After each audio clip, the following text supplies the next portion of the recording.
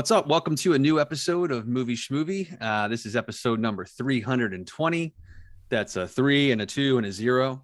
I'm Steve, one of the co-hosts, and as always, I'm here with Ron. And John. Yeah, guys. Good to see you both. Yeah, man. Good to see and you. hear you both. Yes. Yeah. So this is going to be a fun episode. Ronald mentioned this earlier in the week, kind of like trying to do something for Halloween, something horror related.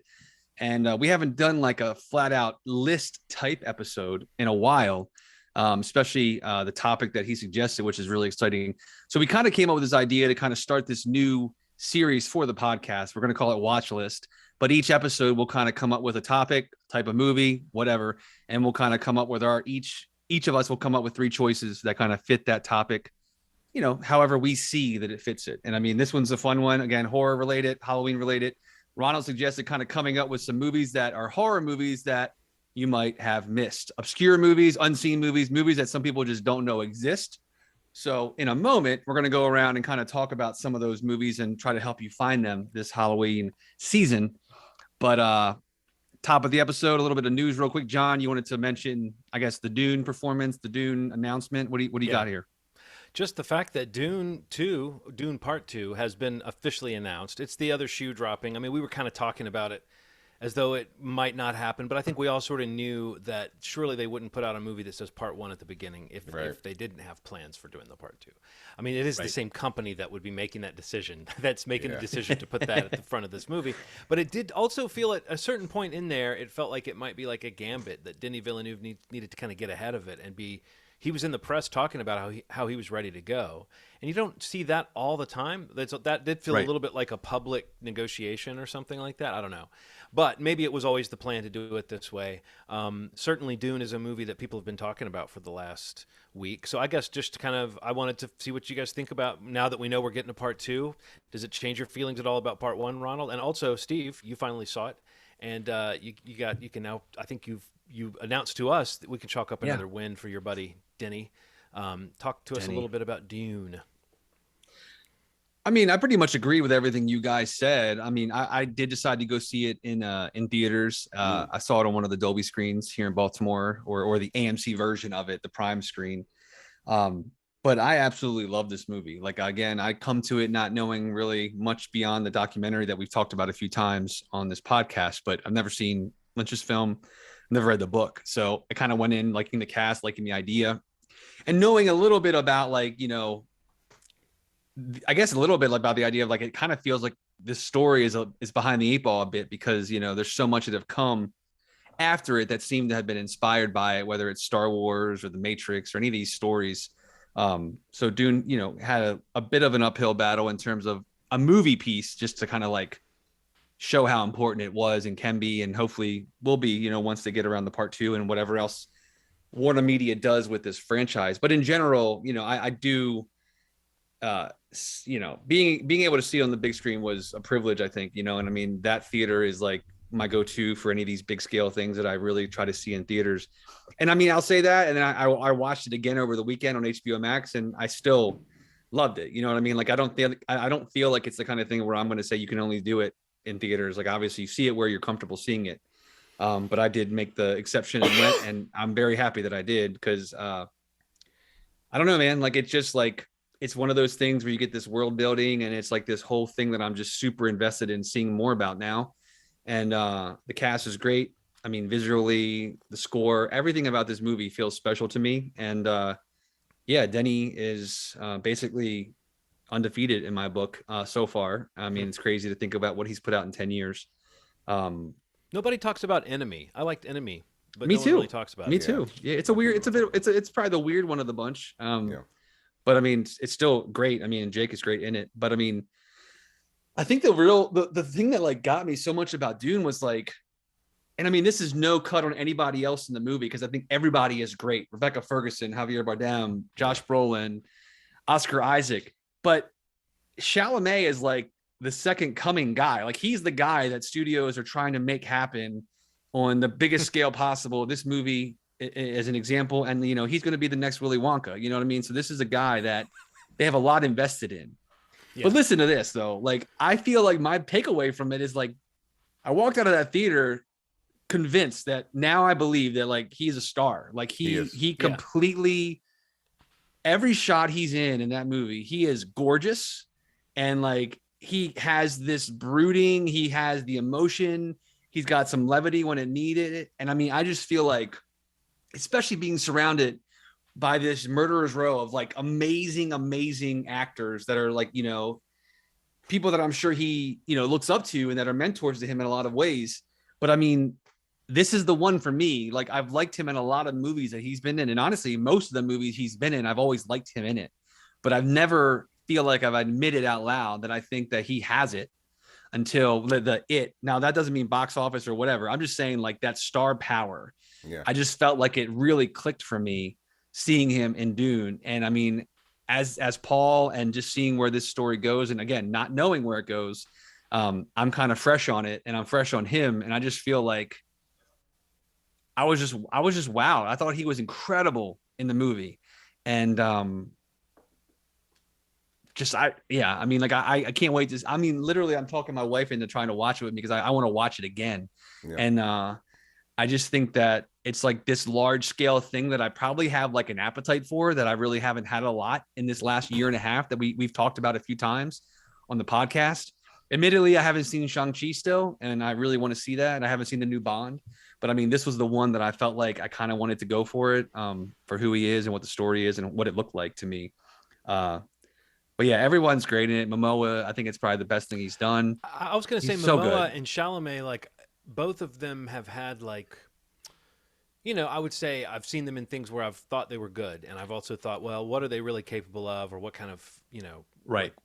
can Momoa kind of loosen up and be natural and warm, and can Chalamet kind of, you know, he's very actorly in a way, and there is Yeah. something very serious about him. And I do think sometimes you can look at someone, and you're right, when someone's kind of pretty and they're talented, you kind of wonder, like, it's like that thing that people go through with certain people when, like, even I went through it with like Anne Hathaway, of like, she's too talented.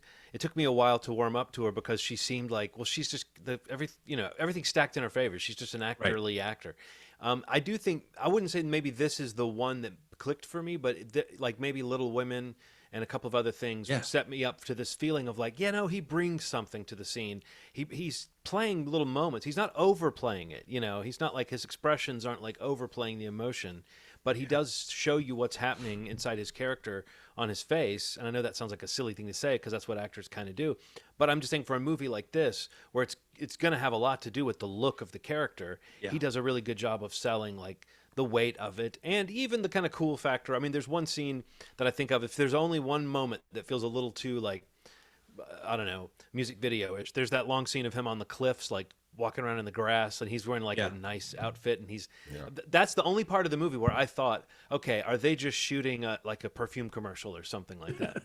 But the rest of the time, I thought it all worked together. So yeah, the fact that he's got this very striking look, and yet, like you said, you just mentioned some of the most beautiful people in Hollywood as well. Yeah. But those scenes between him and Jason Momoa, I felt like both of them kind of went up a notch in my mind. I was like, oh, they both are playing like Chalamet is playing a little bit more of a kid in those moments, and Momoa is playing this kind of, I don't know, uncle type. Yeah. And who brings a shot of warmth to this movie. I think Momoa is one of the more likable characters in the whole thing. So, no, it's interesting. I'm really intrigued by some of the characters they have yet to cast, and what they might do with the next one. I mean, I think the sad thing is this is going to be a few years out. This is not like going to be a quick turnaround movie, but it is cool that it's, it's official and people can now relax, and they're going to get part two. They're going to get to see the eyes turn blue in the movie. It's a little more complicated than people are letting on about the announcement, because there's a regime change. Discovery's buying Warner Brothers, and they could just say no. I mean, that's a weird thing to say, but it could happen. But I do think this is a really cool acquisition that Discovery's doing for a bunch of reasons. Christopher Nolan is out of the Warner Brothers business. He pretty much said fuck them, and he's leaving. It's not a thing anymore. And there's a ton of rumor, but with the way that Tenet was treated, more than likely he's not going to do a film with them again, right? And so you got Denis, who is getting into a business of what is the unmakeable film that everybody keeps saying, the unmakeable book. and presents it in a way that's palatable, that's really obviously stunning, and plays well. I know it's like it's a more complicated thing than Star Wars in general. There's just a lot more moving parts, a lot more source material, but I don't think that this could have been made any better than this for the time, for the space, for the director. I just something about the way that this, it's not perfect, but I think we should watch the 1984 version and maybe review that down the line. Just that, it's been restored. Yeah. And maybe we could even get into the TV shows, the sci-fi TV shows. Well, one of the things that movie did was it tried to dirt. cram it all into one movie, and then they had to deliver a movie that was much closer to 2 hours than 3 when it came down to the edit. So I think that movie lost like 45 minutes in the home stretch, and was an attempt to make it into one movie. And David Lynch even talks about how he didn't get to make the movie that he wanted. But you'll find people who will say they love that movie, and sometimes it has to do with the source material. But also, Ronald, have you seen a few people, like Dune is now one of those things. It's like Batman's and Spider-Man's, and it's like you can now, it's James Bond. It's like you can kind of have the Dune you like. You can have the miniseries that was on television. You can have the original David Lynch movie. You can be a book purist. But this feels like it is, I think, the question of a lot of people, and myself included, was, can you bring people into this world in this movie? And I think this movie did do that. And I think for the, Steve being a person who came in cold, having the reaction that he did is testament to that. I came in like half cold. I don't know how cold you were, but I mean, I knew some of the iconography from the movie, but I did not have the storyline memorized. And I think it's almost, like I said before, it's kind of deceptively simple. It seems really complicated, but it's similar to you if you followed some of these recent sagas, whether you're talking about Star Wars, whether you're talking about Game of Thrones, anything. It's got that, it's that like overlay of like mature ideas and sort of adult themes over this fantasy story. So it's sort of like, it's got that. I don't know. I just think that, as you said, it may not be perfect, but it's hard to picture them doing a better job for right now, for today's audiences, of turning people on to this idea. Yeah. So I mean, I guess I don't know. Isn't there an HBO Max series coming too? Isn't that something else? Yeah, about the group of women, the Ben and Gesserit. Yeah, Ben and Gesserit.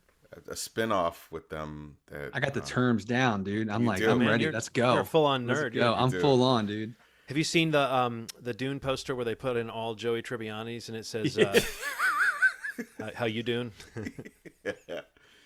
But yeah, I guess we all like this thing, man. Like I watched it twice. I watched it in a big setup, and then I watched it in the living room with 2 Apple speakers, and the sound editing is just the mix of this movie just surprises me. I've watched it twice. The first time really, really loud, like unreasonably loud, with Erin not in the house because she would have fucking went crazy. And then we watched it together, and she liked it. She's just like, "Oh, this is pretty fucking good." You know what I mean? Like, it's intimidating. It's an intimidating movie. If you watch the trailer, you're like, I can't get with this. This is too fancy pants for me. But or when you start watching, grim or something, like the trailer doesn't show some of the more. I don't know. I mean, I think it is fun in its way, but it's not going for fun in the way that we're used to these popcorn movies. And I think that's kind of part of that thing we're talking about, where it feels a little more substantive or adult or something, is that it's not trying to take you on a roller coaster ride, but it's got a couple of real payoff action scenes. That scene with the sandworm and the spice mining machine and stuff, that's a great action scene. So good, man. And the choreography of it and the visuals of it, it can be done. You can make a good adult sci-fi movie, not just Oblivion. It can be done again. Move over, Oblivion. So, Ronald, did you relax knowing that there's a part 2? Like when you saw it, like when you saw that news, did you think? I know you said that there's still some iffiness around that, but as far as just, doesn't that make part 1 seem more sensible as a movie now that there will be a bookend for it? I was stressed, to be honest with you, man. Especially watching it the second time. You're like, okay, I've seen it the first time, and then everything starts to make sense the second time you see it. It's like a gift that keeps on giving.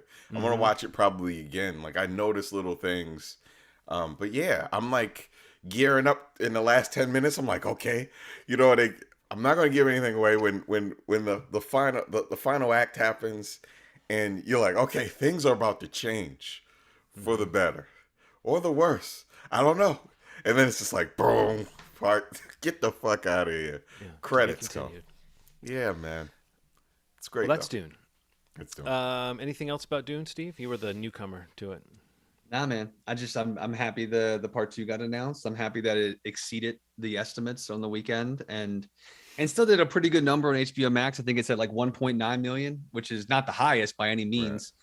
I think, you know, there's a few that were definitely higher than it, but I mean, it definitely is kind of above the average for these movies. Definitely the biggest box office that they've had for quite a bit. I think probably, I guess since Kong Godzilla, maybe. I think maybe it did more. I can't remember if it did more than that or not. But yeah, it's just good. Like, you know, there's positive things around it. I know we had doubts and, you know, there was a lot of concern about like, is this going to be the real big flop of the whole thing? And, you know, I don't think it's going to reach the heights it could have. But I mean, I think it's doing way better than some people thought it could do. And I mean, I think globally it's already, you know, it's pretty much on its way to making all of its money back before you even get into ancillary stuff. And I would be completely shocked, even through the Discovery stuff, like if anything changed with part 2.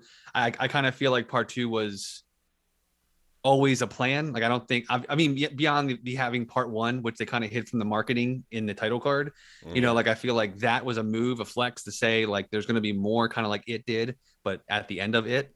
But I mean, I just feel like the way that the cast and the filmmakers have been talking about it, and the idea of like the whole possible lawsuit that was happening with Legendary because of the HBO Max stuff, like there's conversations happening with people way, way higher than we'll ever know, that I'm sure was like, if this shit's going on HBO Max, like you're guaranteeing a part 2, you know, like I don't doubt that ever was a plan. It's more of a, how do we tease it? How do we string it? And then we'll announce it the Monday or Tuesday after opening to kind of really impress on people, like, see this in theaters still, because like it's going to be on HBO Max for 30 days. And then you want to see this in theaters because in 2 years, part 2 is coming out. Right. And don't you think it's kind of funny the way that like they probably did think, let's do the flex of saying part 1 at the beginning and then announcing the sequel a few days after that.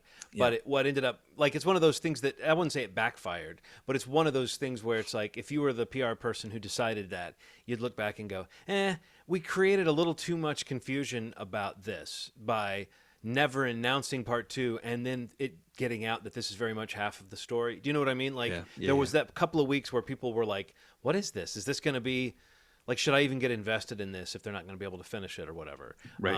And I wonder, like, for fans of the saga, you know, people who love Dune, would it have been better for them to know, oh, we're getting the whole story, you know, going into this movie the weekend that it came out and all that stuff. But either way, you're right. It does almost seem like this is the way they planned to roll it out all along. Yeah.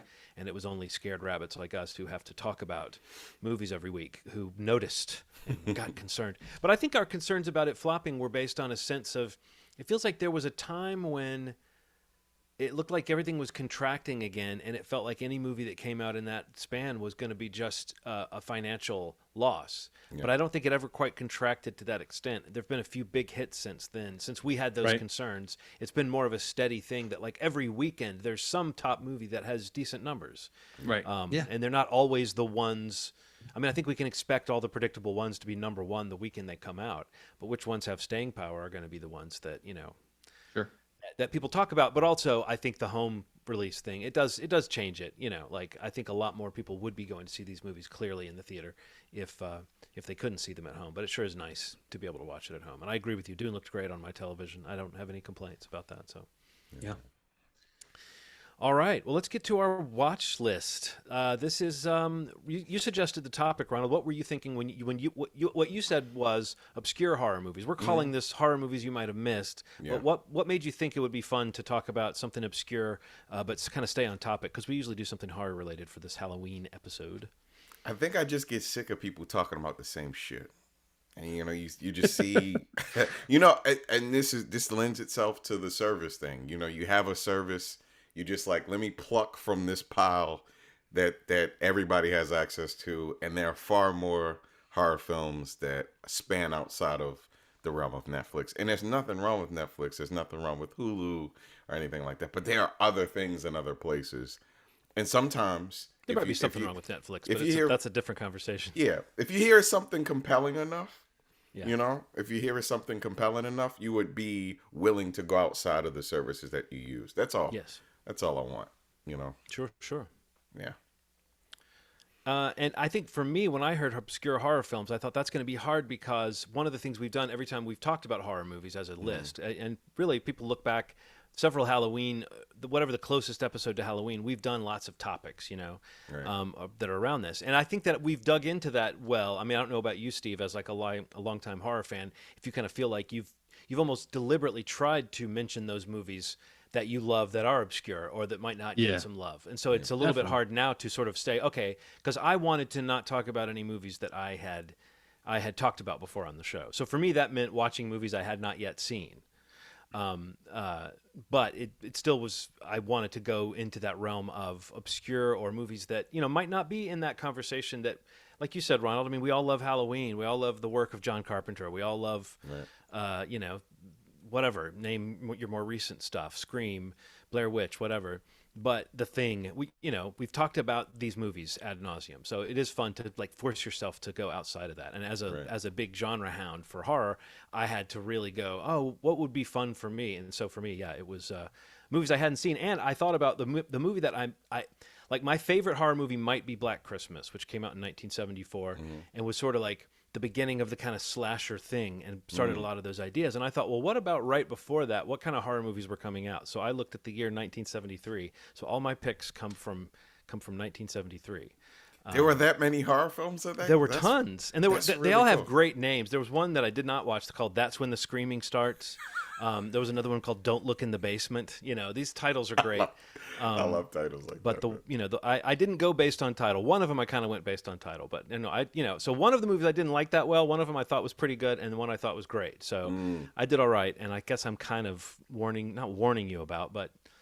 So mine's my three aren't all recommends, but there is something to gain. There's something valuable about each of these movies. Okay. What about you, Steve? How did you define obscure when you've talked about horror so much on this show? I mean, honestly, like there may be some crossover to stuff I've already mentioned, but it just comes down to like it's always something that just I feel like people don't know these movies exist. Like if I mention it to 10 people, one or two of them might have even known that it's out there, let alone probably none of them have even seen it.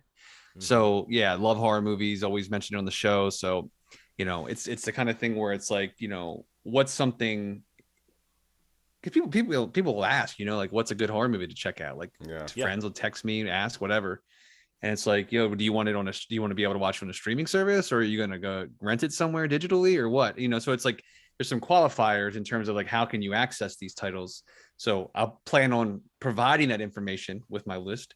But I mean, I think that also it's like, I'm really trying to focus on things that just need more attention, even if it's me I'm sure we talked about some of my choices before in the podcast, but I mean, just, banging the drum for these movies again, just because, Halloween weekend, when this drops on all the podcast platforms, it's like, these are ones you should be watching if you want to watch something kind of like Ronald said, like outside of the standards or the classics, or you want to kind of stretch a little bit and maybe find some things that, aren't on the top of the iTunes rentals or aren't in the Netflix top horror movies chart or whatever it might be.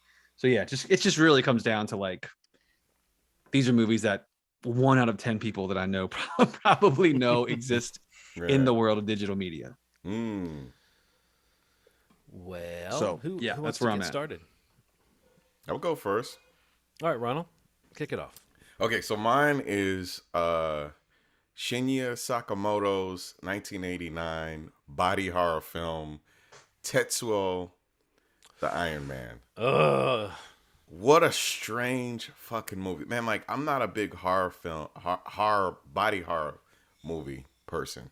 Did Jason Conti, friend of the show, Jason Conti, did he loan you this DVD? Because he loaned me the DVD. We must have borrowed the same. We both went to the same Jason Conti lending library. Yeah, that's the only way I would have seen this film. And yeah, wow. What a weird movie, man. Like, it's just a guy just one day is just. It is the less you know about it, the better, I think. Because calling it body hard at least gives you a spoiler as to like right. There is some transformative shit that is very disturbing. Yeah. it's just about a man whose body transforms in horrific ways, and it's in black and white, so it really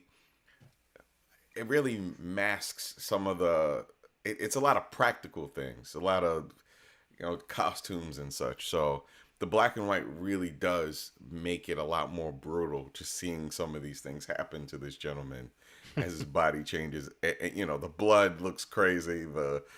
His body as it changes looks very strange, and also there's a lot of good facial acting in it. Like, how would I react if a metal rod was coming out of my body? I probably would look like this guy looks in this film. It's just a cool ass film. It's really odd. I think it might even be in the Criterion Collection. It is one of those films that just you will never forget it. You will never forget it once you see it, and it's music is sparingly used, and it just works in a way that when I saw it, I couldn't believe it. And I would suggest it for anybody that wants to see something a little off the beaten path, especially if you're kind of used to seeing American horror films and you want to venture into something a little different. Tetsuo the Iron Man is one of my picks. I like the idea that Tetsuo is a little different. I'm picturing someone watching, like, I don't know, I Know What You Did Last Summer or something like that. Go I to want to this. watch something a little different. Oh, try Tetsuo. Yeah. Where a guy's penis becomes like a metal corkscrew. Or as opposed to, I don't know if I've ever seen a non-metal, I guess I could just say corkscrew, right? I don't have to add metal to that. That's bad writing. But A 3D printed corkscrew? You could be like, penis turns into a 3D you could go that far. Printed So corkscrew. have you seen Tetsuo, Steve? Did that one I've cross your path? never heard of it. Steve. Well, I did not get the invite to the rental library. It sounds like. it was more like Conti just walks up to you and hands you a stack of DVDs that someone has just returned to them, and he kind of is allergic to not loaning them out or something. Yeah. He just hands them from one person to another. His words were actually, "You're weird. You'd like this weird movie." He's just like, maybe he doesn't think you're weird, Steve. I didn't cross over. Yeah, you almost made it. So close, guys. Tetsuo, what a good pick. All right, well, I'm going to go to my first pick. Now, this is, like I said, all my movies are from 1973, so there's like a little bit of a, and I thought of, like, the reason I thought of that divide, like I said, Black Christmas being a movie that to me feels very modern in a lot of its techniques that it uses to be scary. Like, if you show that movie under the right circumstances to somebody, it still has the power to scare you. It can still, it's not like, unlike a lot of other movies that, feel very dated. It has some quality to it. So I was like, I don't know. I was hoping to find something that was that way. Something that really still had the power to scare me. The movie that was the lowest on that scale is one directed by Freddie Francis and starring Christopher Lee and Peter Cushing. So it had that kind of classic horror element to it, of these guys who had been in all these horror films, and playing all these classic characters. But it's called, let me make sure I'm getting my names in order here. It's called The Creeping Flesh. Oh, God. And there's a very literal reason why it's called The Creeping Flesh in the movie.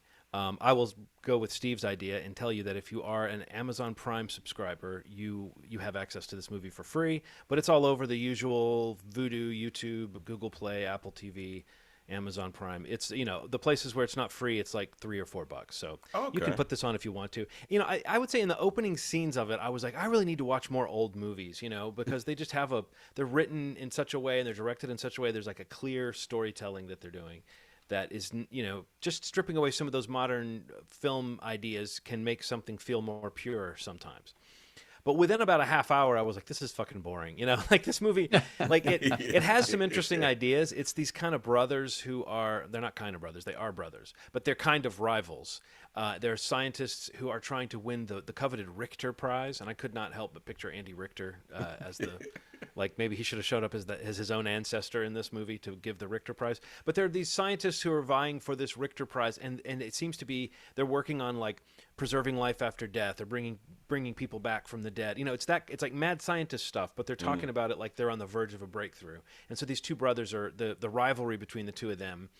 And then the creeping flesh involves this skeleton that is a skeleton that is older than the known caveman skeletons, but more advanced. Okay. Like it suggests a more further future evolved creature, maybe even from humankind, but it was Wow. deeper in the. So it's got that element of like, okay, there's something going on here, and and I would say it doesn't really pay off all that stuff.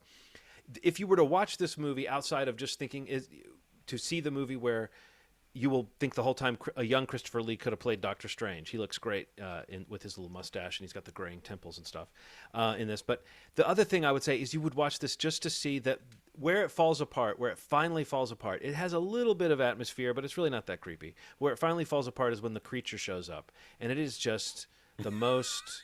It's bad. It's just bad. I mean, I bet it looked bad in 1973. That people must have laughed in the theater. There's a part where like a hand comes down on a human's hand, and it lets you know, oh, they're fucked. Right. And it is like a rubber hand. It's like a giant thick rubber hand. It doesn't even have like a hand inside it so that it can move around. It just kind of. So yeah, it's hard to imagine audiences in '73 not going, oh well, that was kind of a silly one, a throwback even then.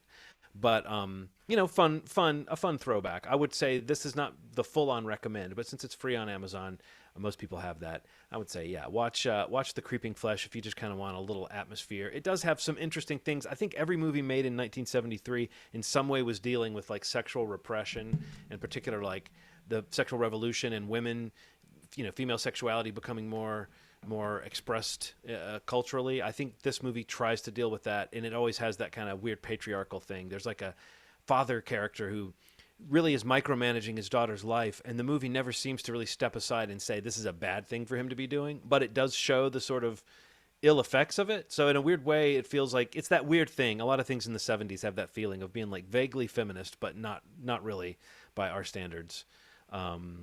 And I will say this, it's one of those old movies that has super long opening credits and super short closing credits. You know those? Where it's like the ending is literally like, bam, bam, bam, bam, bam. All right, everybody, lights up. Let's get out of here. But the opening is this really long credit sequence. I'm trying to think if there's anything else worth saying. Oh, yeah, Freddie Francis, the guy who directed it, I looked. He's a cinematographer. He's shot some amazing shit. So he's a great cinematographer and an iffy director. So Creeping Flesh. Creepy Flesh. 1973, the year I was born, coincidentally, but cool. That's not the reason I chose the year. There you go. Creeping Flesh. I love this poster. I'm like looking at it right now. It's a lot of like. It's a good poster. Yeah. There's somebody getting strangled in the background. That happens, I think. I don't know, actually. It made for a cool poster. Yeah, it doesn't matter. It's like comic book covers used to be that way. Just draw something cool. It doesn't have to be what happens in the issue at all. All right, so the first one I'm going to mention is probably the most recent of the ones. I think it's probably the most recent one that I have on my list. But this is a movie that came out only 6 years ago, and this is probably the most tied into the slasher genre that I kind of prefer to spend my time watching in horror. But there was a movie that came out in 2015 called The Final Girls, and it's got a lot of people you recognize. Was it Taissa Farmiga, Malin Ackerman, Adam Devine, Alia Shawkat? I don't know, really cool cast. But basically, it's just like a meta horror comedy that is a kind of a send up of the 80s slasher flicks, like the camp slasher flicks. So it's got all the tropes. It's got all the, the scenery, the characters, the humor, the sex, the idea of who a real final girl is. And there's like this, through the whole thing, there's this relationship between a mother and a daughter and kind of their places in final girl dumb, I guess I'll say. But I just really remember I probably watched this in the least ideal way. I watched it on an airplane on the way home from vacation. And it was like, this looks really good. Like, no, I've never heard of this. Like, I think it came and went on VOD when it came out. Didn't get any kind of theatrical release. But I just was super entertained by it, and just thinking of like kind of what Ronald was mentioning earlier, like the kind of benchmarks that people usually go to, like a lot of these slasher movies. You mentioned Halloween or Friday the 13th or Scream even or Freddy, whatever it might be. These slasher movies, or even like John mentioned, Black Christmas. Like I just think that where when a movie comes along that is just kind of making fun of it / showing its love for it, it really kind of pulls me in, like these self-aware comedies of whatever genre it might be in, because like the guy who made this also did his name is Todd Strauss Schulson. He did the Isn't It Romantic? It was like that Mm. rom-com that came out like a year or two ago with Rebel Wilson, also, and Adam Devine. But it's just kind of like send-ups of whatever the genre that they're kind of in. He's done a couple of them that kind of fall into that category. But it's really quick. It's a short movie. It's a really kind of entertaining slasher movie. And again, like my love for Scream is kind of the awareness and the meta of it all. And this is kind of played for laughs, but it does really kind of wear it on its sleeve, and it really does kind of hit the checklist of everything that you root for in those horror tropes of the slasher genre, especially of the 80s horror slasher movies. But the Final Girls, it's like I said, it's one of the more recent ones, so it's actually streaming on Hulu. So if that sounds interesting to you and you're looking kind of for an alternate to the slasher movie that you maybe watch every year around this time, I think the Final Girls might be a fun watch for you. But that's my first pick. Cool. Thanks for the reminder on that one. Adam Devine, I have always found him funny, and recently we kind of binged through Modern Family on Hulu, and I had not watched that show. I mean, I had popped in and out. I liked Ty Burr a lot, and I always have liked Ed O'Neill, and I didn't have much of an opinion about the show other than that. But it was a one of those shows that's easy just to binge because you just roll into the next one, and they're very concise and it moves fast, lots of characters, but I don't know, just seeing him pop up for an extended run on that, I was like, oh, I've always liked him, and he was just really likable on that show. It was maybe the most likable I've seen him be. He's usually very edgy and kind of, aggravating, but they let him be kind of a sweetheart on this. Anyway. Yeah. Cool. So I guess what's your number two, Ronald? Yes, Ronald. My number two. We covered this before.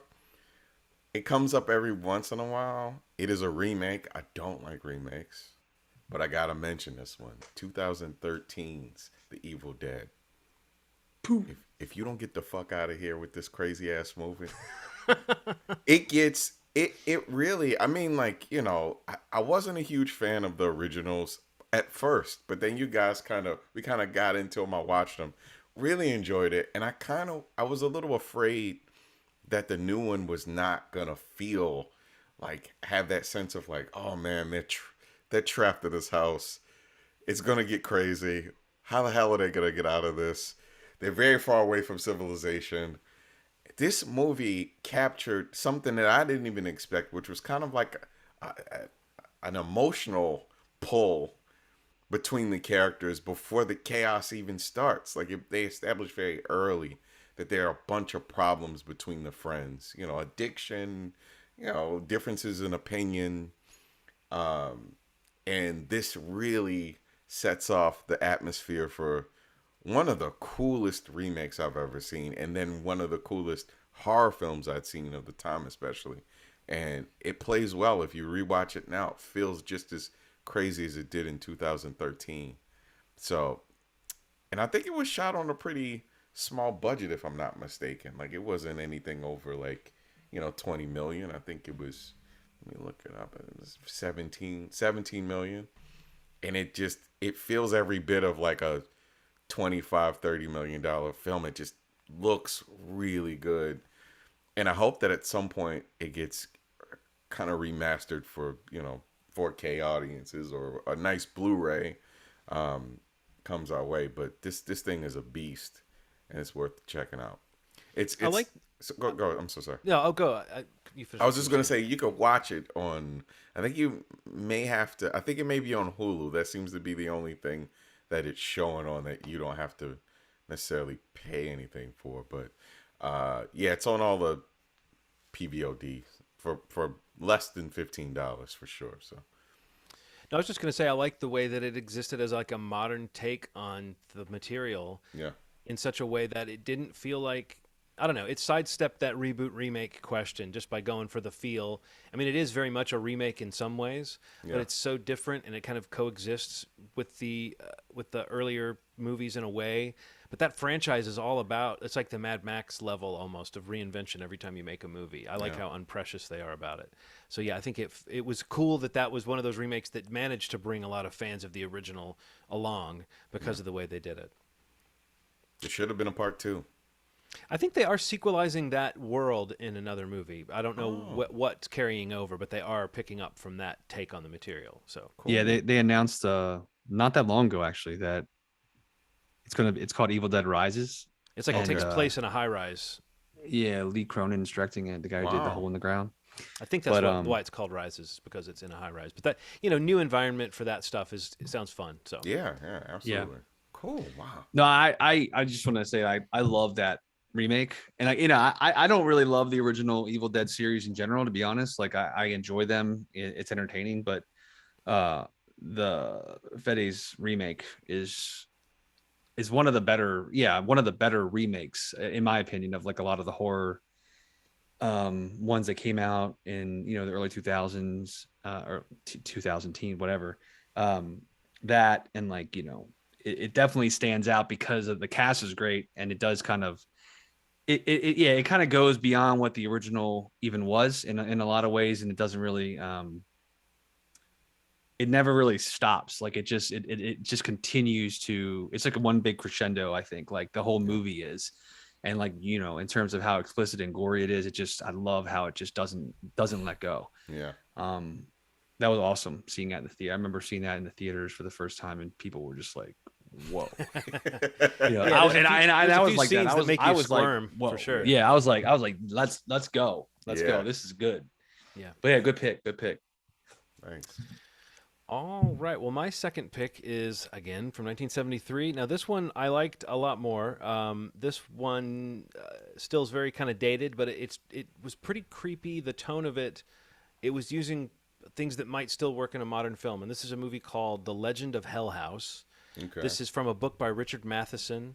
He's the guy that wrote the basis of I Am Legend, amongst many other things. Oh, wow. And let me see where this one's available. Legend of Hell House it's on all the usuals. You're paying $4 pretty much everywhere, but it's on Amazon, YouTube, Vudu, Apple TV, and Google Play. Now this one, it felt contemporary in a way. I really like the way this movie was shot. It stars Roddy McDowall as Benjamin Fisher, and then it's got Pamela Franklin in it. She plays Florence Tanner. They're kind of the main characters, but there's, it's really a 4-piece kind of ensemble. There's Gail Honeycutt as Ann Barrett and Clive Revel as Dr. Barrett. And Clive Revel, I just happened to notice, I looked him up, and he's the guy that did the voice of the Emperor in Empire Strikes Back. That different version of the Emperor that was in that movie? Right. He did the voice for that. He did a lot of voiceover work, it seems. But it's kind of like a Hill House. Not the Haunting of Hill House that we know from Mike Flanagan, but the Haunting of Hill House from Shirley Jackson's novel and the different adaptations that have had of that. It's kind of in that vein, and it's interesting how much it's similar to it on paper, but also different, totally different from in terms of where it goes. But it's basically this super haunted house, and there's a team that's expected to go in and investigate, and they're staying in the house, and stuff is happening, and that's kind of the setup of the original Haunting of Hill House book.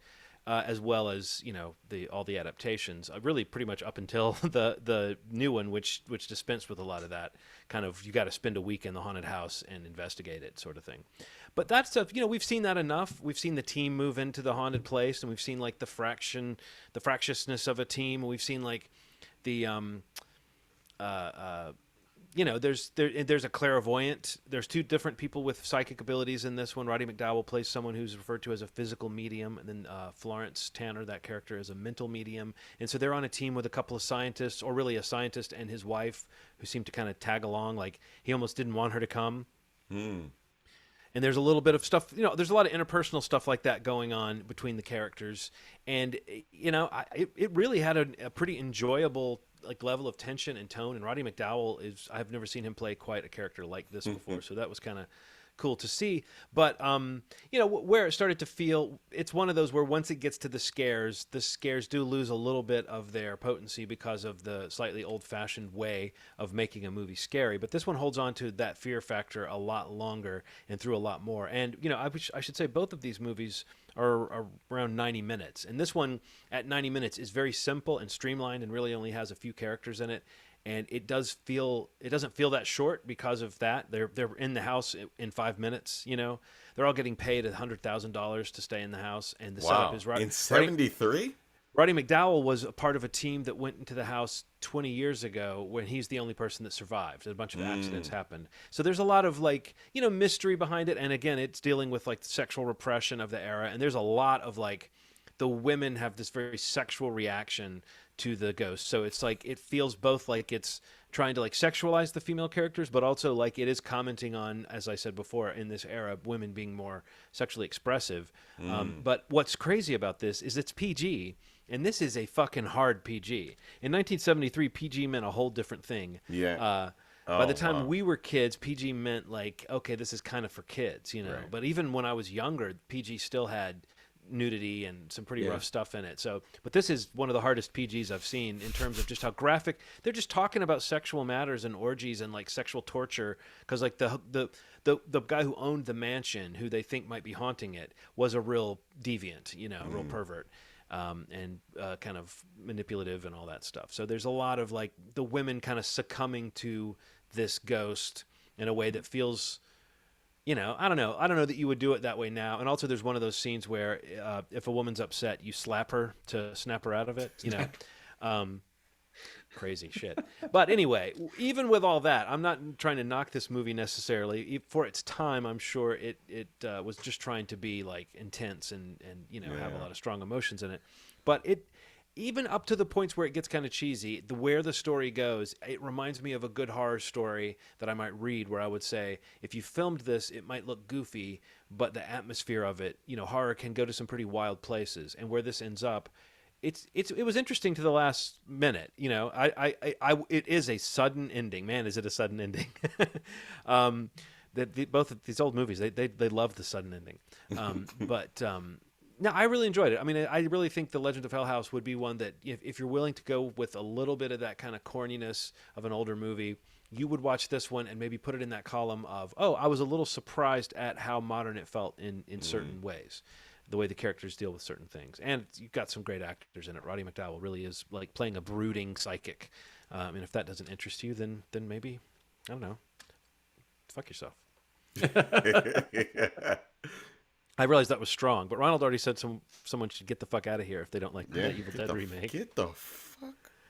I'm just suggesting that as they're getting the fuck out of here, they should also make love to themselves. This is a family show, right?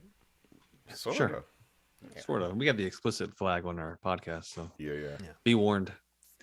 So the other two picks that I have for my list, kind of both fall into more of like the, I guess like more of like the dread of horror and like a little more slower pacing, a little bit more of a build. Tightening the screw, that kind of what maybe if it came out in the last 3 years would be called elevated horror, maybe. I don't know. But when I saw these movies when they came out, and the first one I'm going to mention, I'm pretty sure I've talked about, I think John Moo talked about it on the podcast before, being one of these movies that, really hits with its ending. And again, mentioning like kind of building and crescendoing. This movie from 2001, it's called Session 9.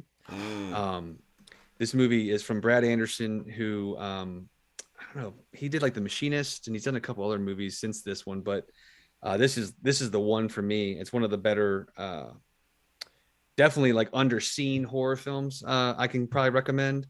But just a great cast, David Caruso, who usually is not somebody I would say is in a great cast, but he's in, I think, good. It goes to good use in this movie. Josh Lucas, Peter Mullen, and Brendan Sexton Jr., or the third rather. This is like Peter Mullen is really the movie, and it really kind of comes down to his performance. But it's basically just about a crew of cleaners that are like asbestos cleaners that I think get hired for a quick job. Do it, Gordon. Yeah, at a mental hospital, and it was shot on location in a mental hospital, like a low budget shoot. Man, I don't want to say anything about the movie really to give anything away, but it's just one of those things where, the dread builds, the claustrophobia gets tighter and tighter and tighter.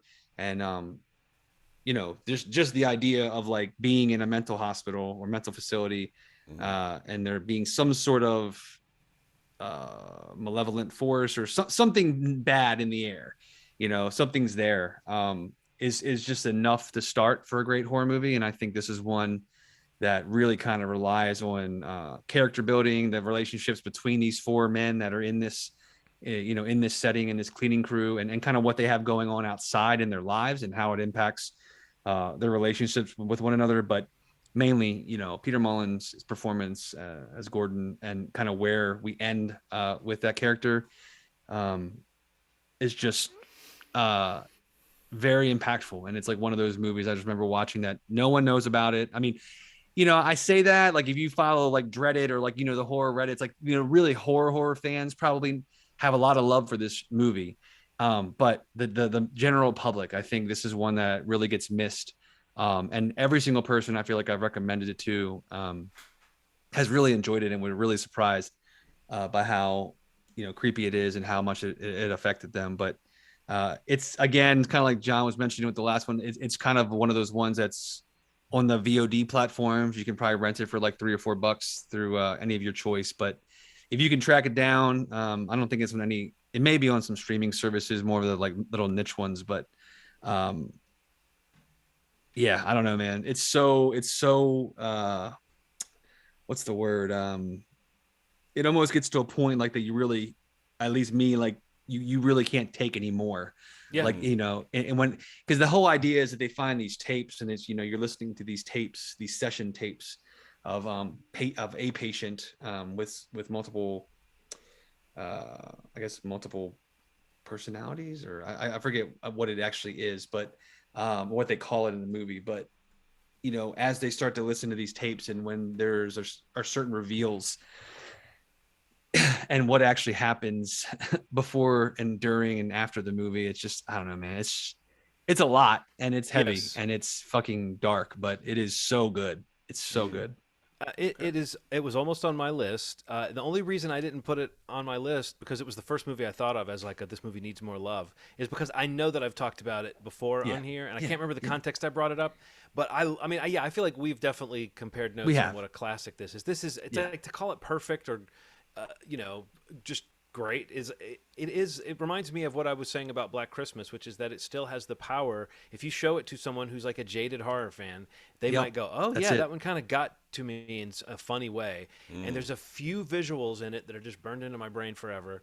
The pain of the lead character played by Peter Mullen, as you've mentioned, really fuels the movie. But the idea of these guys, like this cleaning crew, they put them in a set that really is like what it's supposed to be. The setting is an abandoned hospital. Yeah. They're in an abandoned hospital shooting. So that gives it a verisimilitude and just something you could not create on a set, and something a low budget movie especially would not be able to create. But yeah, that cast, it's just these kind of rough guys who are like they're at their wits' end. They all need this job. They all need to finish this job, get this money. They took it under terms that were insanely unrealistic because of how much they need to get this job, or how much the Gordon, the guy who's putting the crew together, how much he needs the job. And yeah, talk about heavy, brutal, all that sad. Yeah, it is a mood that sticks with you right to that end. That voice on that tape is one of the most disturbing things that I've ever seen in a movie or heard in a movie. So yeah, no, this one never gets old, and I've watched it many times, and every time it has that same like heebie-jeebie quality, like you said. But I love showing it to people. I mean, it is one of those that's very, very enjoyable to. So yeah, no, Session 9. If you haven't seen it, Ronald, you don't even have to watch Session 1 through 8 to understand it. Just watch the 9th one. Yeah, I'll check it out. Like I have it in my possession. I just haven't watched it, and I think it's come up. It's come up before, and I know we've been like, check it out at some point, but it's just like, John said, like, and I even mentioned, it's just like, it's one of the ones that comes to mind first when I think about the underseen or whatever, and maybe in second to the movie that I'll mention next as my last pick. But I mean, it's one of the top two that always pops up, that just when I do recommend it, it definitely, most of the time, or as it's just like people really do have like a response to it, and it is that kind of thing where it kind of shakes them a little bit, where it's like, oh fuck, like this is something different. And it's so weird that not very little people know about it. It's crazy. Okay. But cool. Yeah, man, what's your last pick, Ronald? It kind of piggybacks on heavy stuff. It's a horror film that is a strange mix of artsy and tackling the real subjects. It's called Tigers Are Not Afraid. It's a 2017 Spanish speaking film that takes place in Mexico.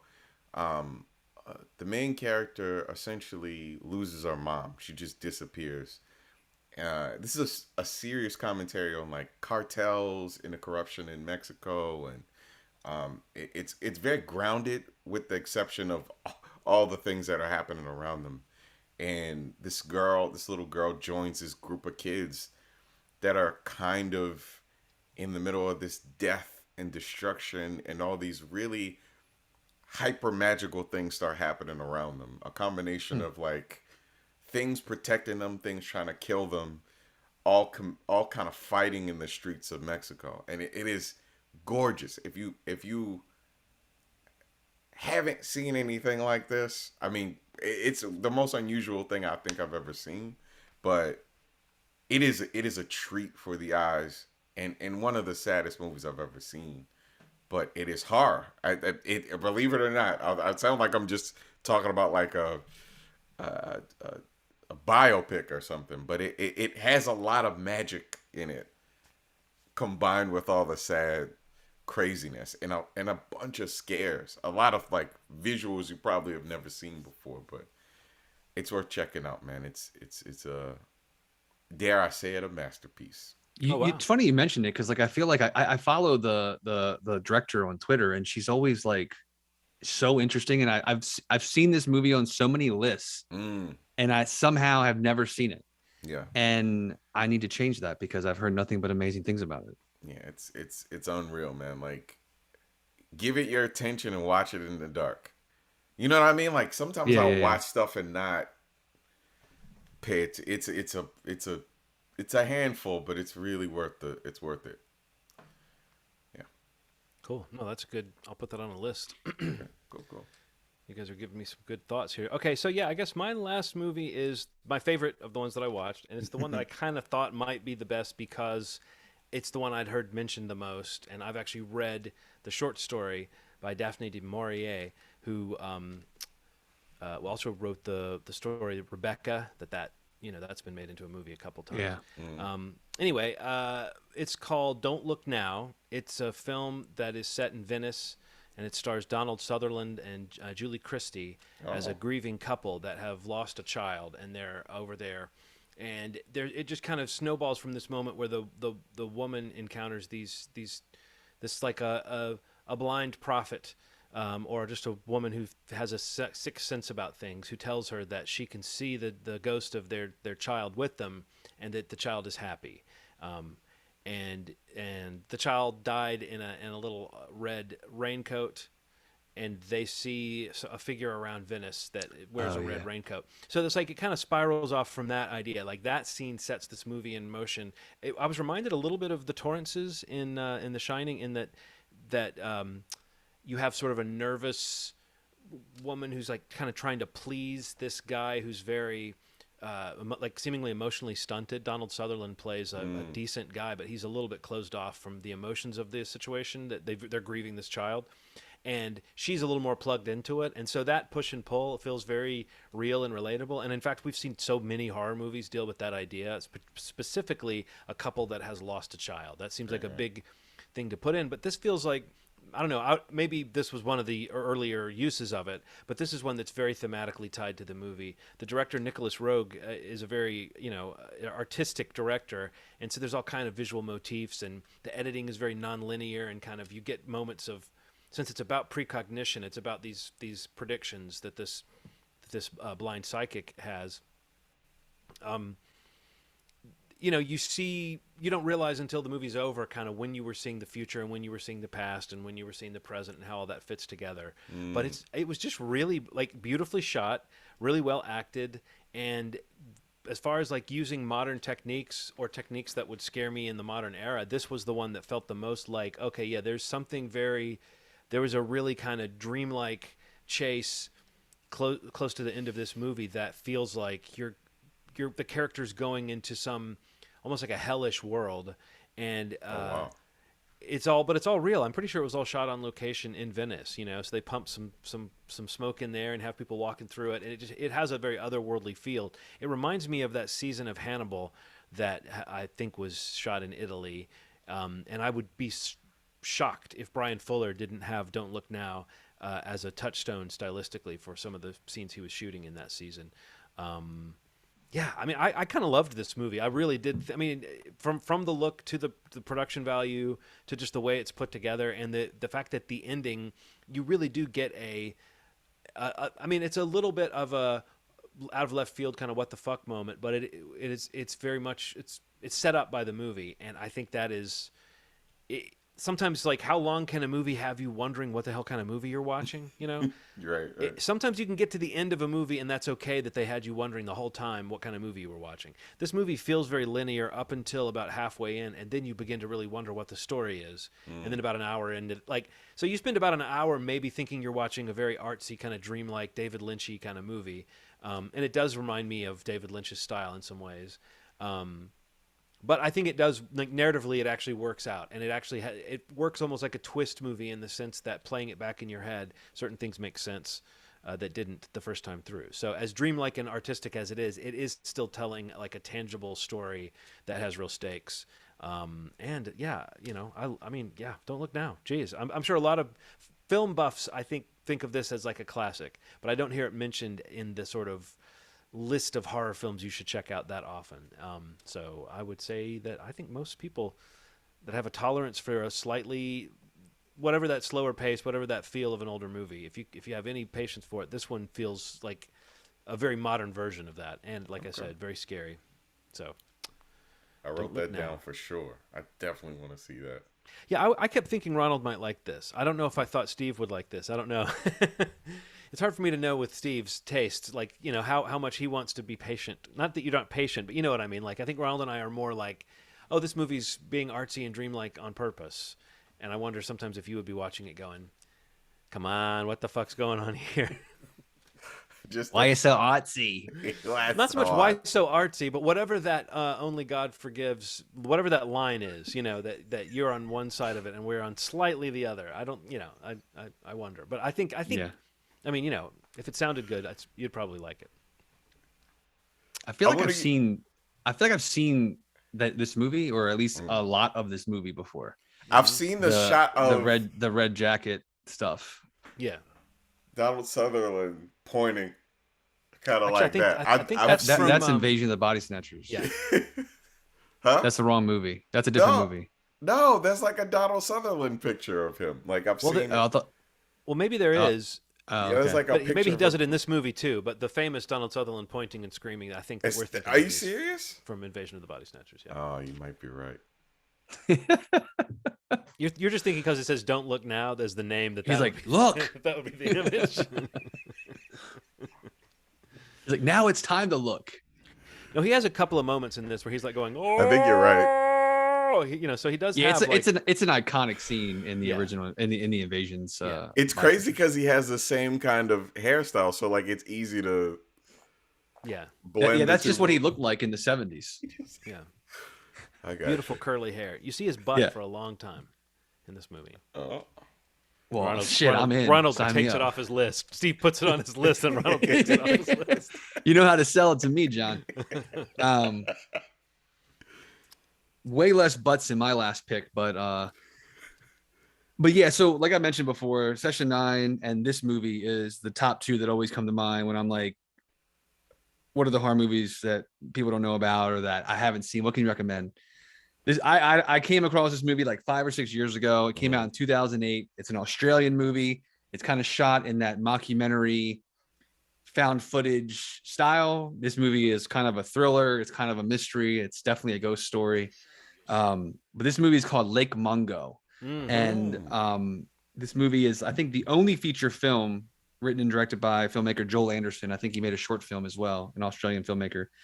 But this movie basically is about a family who experiences, you know, their daughter drowns, and you know, they kind of start experiencing some odd things at their home after this happens, and they hire like a parapsychologist to come and help figure things out. and weird shit starts happening. It's kind of in the same kind of feeling of something like Paranormal Activity or like the Poughkeepsie tapes, things like that. If you've heard of any of those types of movies, but this one specifically always stuck with me, and maybe it's because I just kind of was randomly I kind of came across it on like a list on Reddit or something on Reddit, and um, this is one of those movies where Aaron was asleep. I got a hold of the movie, which recently it kind of came out. I was going to mention this to you, Ronald, because maybe you can track it down. I think it only came out in the UK, but distributor released like a high res, like a Blu-ray release of it, which it had never really been available before, with some special features and some restoration that was done to it. I've been trying to get a hold of it, but it's like super expensive. But yeah, I don't know. I came across it. I watched it by myself late at night in the dark while it was raining outside. And it just is, it's a memory watching this movie. Like, it's something I'll always remember. It's kind of one of those things we talk about it with a lot of the big horror movies, but it's like these things where you're looking across the scene for something or someone or whatever that may or may not be in the shot or may or may not be in this footage. But it does a really good job of planting those seeds in your mind, and like the doubt that you have of whether what, you know, the family thinks they're seeing is actually happening, or what the parapsychologist that comes in kind of thinks is happening. But it just kind of talks about, you know, the family, grief, loss. There's all these themes that kind of go throughout it, but, you know, kind of without talking too much about the story, you know, kind of what is discovered, how it's handled, and kind of the way that the filmmaker Joel Anderson kind of handles the way that the mockumentary style is really kind of revealing the information to the viewer, to me or to you, whoever watches this movie.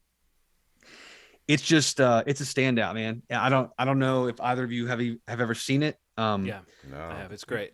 Yeah, it's just it's such a slight thing, and it's like it's a movie that, you know, definitely found a small audience, and people that love it and really talk about it nonstop. And I would consider myself one. Another one I've recommended to a lot of friends that have watched it, to family who have watched it, especially if you like those kinds of movies. Like, we've talked about that found footage film that we watched at the festival recently. It came up in that movie a few times because it definitely has a big fan base. And I know, like, the director of Host, Rob Savage, is like a big lover of this movie. He always posts about it. But if you're looking for that kind of little less found footage, a little more mockumentary mystery, I would say true crime-ish sort of vibe, a little bit, kind of like that kind of movie. But still, it's got some amazingly creepy shots in it, and there's a few shots in it that are pure nightmare fuel, and it definitely stuck with me a few days after watching it, which that doesn't usually happen. And again, it's those situations where you think you see something, or maybe you do, and maybe you don't, and there's no way to know unless you have footage of it, right? And then you just keep watching the footage over and over again, and maybe you start to see something. But I don't know. It's that thing. And Lake Mungo is the one for me. Like, and again, because it's like a little Australian movie that never got a proper release and somehow found an audience, it's just like, keep it going, tell a friend, tell a couple of friends. So, you know, Ronald, definitely worth checking out if you haven't seen it. But it's actually on Amazon Prime also. So if you have Prime Video through your Amazon subscription, if you have Amazon Prime, rather, I mean, you have Prime Video, you can watch this movie right now if you want to. And it's like less than an hour and a half. It moves super quick. It's a really great little horror movie. Yeah, Lake Mungo. I should go back and mention that Don't Look Now is on all the usuals that we mentioned, but if you're a Pluto subscriber, apparently, Pluto TV, you get it free. But everything else, it's just the usual Apple, Amazon, Vudu. Seems like $3 or $4 is what they put these movies at. It's always like for $1 more you could own it. You know. Right. Which I don't understand why somebody wouldn't just pay the extra $1. Have it forever if you like. You Steve, you're making me think too. Like Mungo, I have to think too. Mungo Jerry, is he the guy who sang that In the Summertime song? Was that him? In the summertime. I have no clue. Oh yeah, I remember Mungo that song. Jerry. Well, that was it. That was our list. It's been a while since we've done a list. I like that. I like that a lot. I enjoyed that. I'm gonna I know a couple things I'm going to watch. I It's wrote the down season so for much it. shit. Apparently, there was like right before lockdown, there was a release of Don't Look Now. It got restored. There's a 4K restore of it. I see the special edition of Lake Mungo that Steve. I'm gonna grab. I gotta watch some of this stuff, man. This is Is making me it is really. it a it is 4K? No, it looks like it's just Blu-ray. The Yeah, I one that think I'm it's looking. got like that blue box. Yeah, it's Yeah, gorgeous. By the that's way. the one I'm talking about. Yeah, it's like Yeah, second something is the distributor. yeah. Second Sight. Um, Second Sight. Yep, that's the one. I tried to get it when they released it, and Second Sight did the I missed Adam it. Wingard the guest remaster I was telling you Oh about. wow, Same okay. They company. do a lot of good shit, man. And Hell yeah. I almost got one. I had it in my cart, and like I didn't check out in time, and I lost it when it Dang. was like legitimately for sale. Right. Now you can find it, and it's like $100 plus. I'm just like, oh, get out of here, get out of here. That's a lot of money. Yeah, no way. Jeez. But yeah, I would love for you to check it out if you have I time. definitely will. And let me know what you think of it. Okay. Cool. We should make sure that with these watch list episodes that we do from this point forward, and this one included, we should kind of maybe figure out a way to in the episode description and or like in like on Twitter or some of our social media, try to provide this list and like where people can find these titles just as a reminder. That's a good idea. Maybe in the episode description. I don't know. Whatever's easiest, the way for them to link to something, because I'd love for people to be able to find these movies that we just all went through. I know I definitely want to check out what is it's called Tigers Are Afraid. Tigers Are Not Afraid. Are Not Afraid. Yeah, I gotta find that one. Cool. All right. Well, I mean, I'm sure there's a lot more out there. And I mean, if you've listened to this episode and you have a horror movie that we might have missed, or maybe other listeners, definitely find us on social media, email us. All the social medias is just /movie schmovie. So if you can let us know maybe one that we could check out and get back and let you know what we thought of it, that'd be great. This episode will also be up if you want to watch the video on youtube.com/movie schmovie. And I have no idea what episode is next. Besides that, it's going to be 321. I don't know what the topic will be. And I mean, it's 3, a 2, mystery, 1. guys. Do something about rockets. Rockets? 3, 2, 1. Oh, Yeah. got it. Speaking of rockets, did you see that trailer for Lightyear? Yes. Yeah. I can't wait. I mean, it's great casting. Yeah. Oh my I mean, God, it's come on. Yeah. Talk about Come something on. that's going to make people like that idea. Gave me goosebumps. Yeah.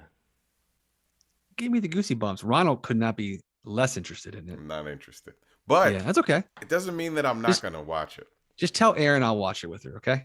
I will. Absolutely will. I want to plug. Oh, go ahead, Ronald. Go ahead. Sorry. No, What were you go about to ahead. say? All right.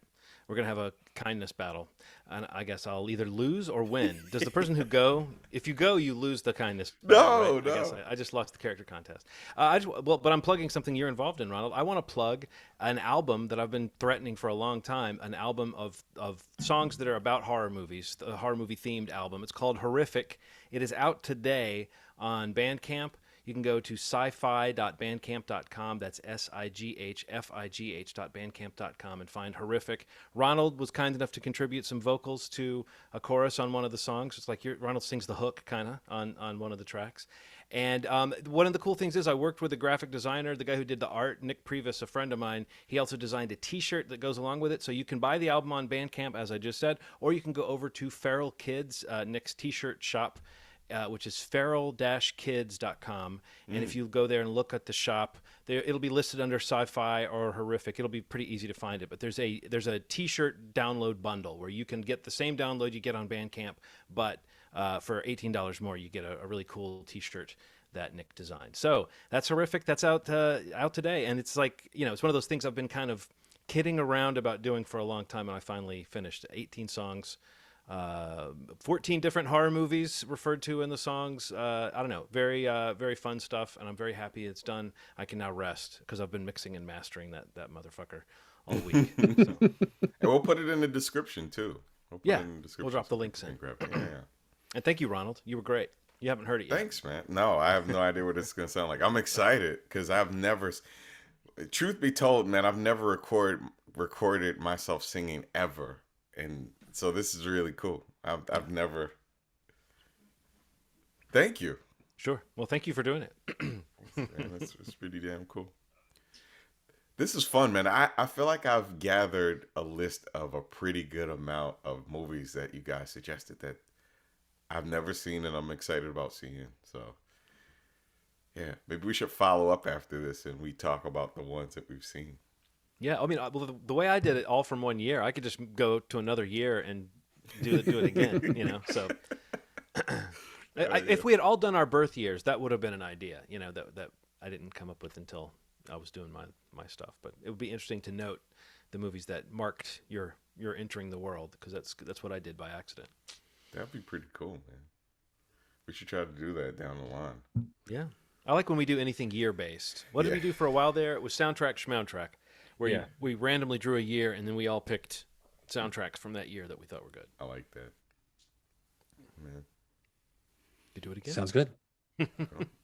Moviesmovie.com is the website. Again, all podcast platforms. Subscribe, like, comment, review, rate, any of those things that take up 5 fingers on John's hand. Just take all 5 up as he's counting for those that aren't watching, which you should be on YouTube. Right. But yeah, we appreciate any kind of feedback you can give us. We'll be back next week with a new episode. And as always, you've made our day. Thanks. Bye.